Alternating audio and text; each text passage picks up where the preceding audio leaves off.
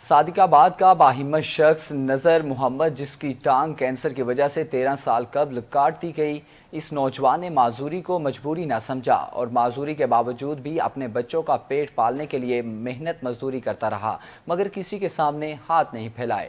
مزید دیکھتے ہیں شاہد فرید کی اس رپورٹ میں۔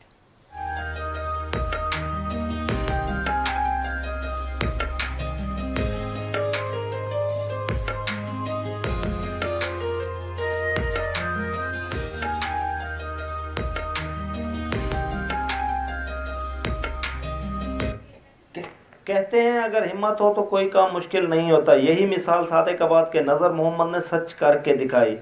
کینسر کی وجہ سے 13 سال قبل ایک ٹانگ سے محروم ہونے والا نذر محمد نے اپنی معذوری کو مجبوری نہ بننے دیا۔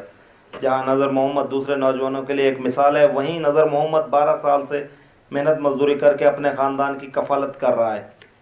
میرے گولے درد ہو گیا، ان کے بعد میں ڈاکٹر دوائیں کی جہاں علاج کرایا ڈاٹا کتنا آرام نہ میرے کو اگر ایک بنا متری کا ہی کرنا ہمت ہی جتنے انسان کر سکے بھائی سکے جتنی مان تھی سکی میں کی پر کوئی بیماری کی سمجھ نہ آئے تو ان کے بعد کہیں کینسر دسیا، ان کے بعد میری لت کٹی گئی، میں ہمت نہیں کری، میں ہمت اپنی کی ہے، میں محنت مزدوری کرنا بال پلنا پہ ہر طرح کی مزدوری کر سکتا جی میں کرنا۔